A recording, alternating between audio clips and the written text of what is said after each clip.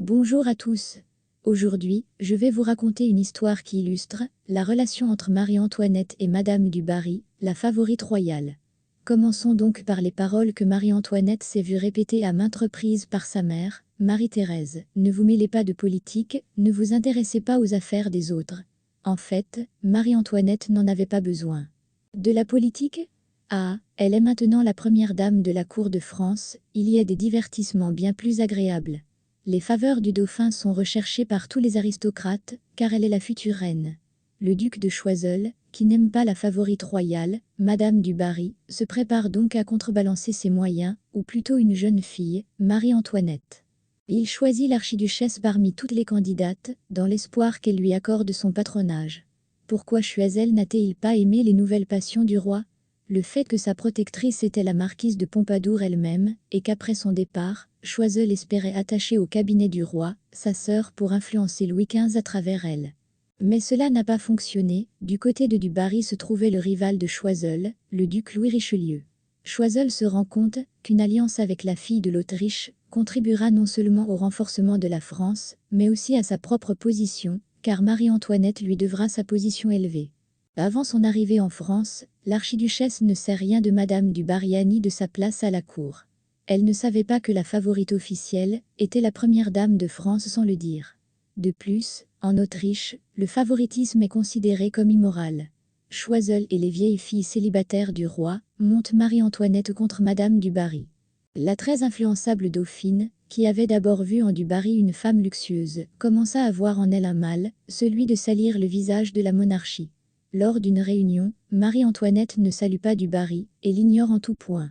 À tel point que même, la demoiselle d'honneur du jeune dauphin se mit à parler à la favorite royale d'une manière grossière. Jeanne ne peut le tolérer. Elle se plaignait au roi, qui ne fit d'abord qu'amuser le caractère de Marie-Antoinette, et cette demoiselle d'honneur fut renvoyée dans un pays lointain. C'est maintenant au tour de Choiseul, dont les services ne sont plus nécessaires. Marie-Thérèse recommande à sa fille de respecter la femme pour laquelle le roi a un penchant, même si elle vient de la rue. De plus, le dauphin n'a pas encore d'enfant, dans son cœur et sa position est précaire. Même un simple mot de Marie-Antoinette serait synonyme de victoire pour Madame du Barry. En effet, selon l'étiquette, seule une dame de rang supérieur peut prendre la parole en premier. En d'autres termes, du Barry n'a pas le droit de dire quoi, que ce soit au dauphin. Le duel silencieux dure des mois. Marie-Antoinette doit attendre impatiemment qu'une demoiselle de la rue lui adresse quelques mots. Toute la cour assiste à cette lutte élégante. Enfin, à bout de patience, du Barry presse le roi. D'une part, on peut comprendre que du Barry soit une femme, mais d'autre part, elle n'est encore pratiquement qu'une orpheline de mère, et n'est qu'une favorite. Faire concurrence à la future reine de France est, à mon avis, une mauvaise idée. Le roi, qui ne souhaite que la paix à la fin de sa vie, invite Madame de Noailles, l'assistante de Marie-Antoinette, à une conversation, et lui fait part de son mécontentement. De Madame de Noailles, la chaîne de communication parvient à Marie-Thérèse, qui décide d'agir par l'intermédiaire de son envoyé Merci.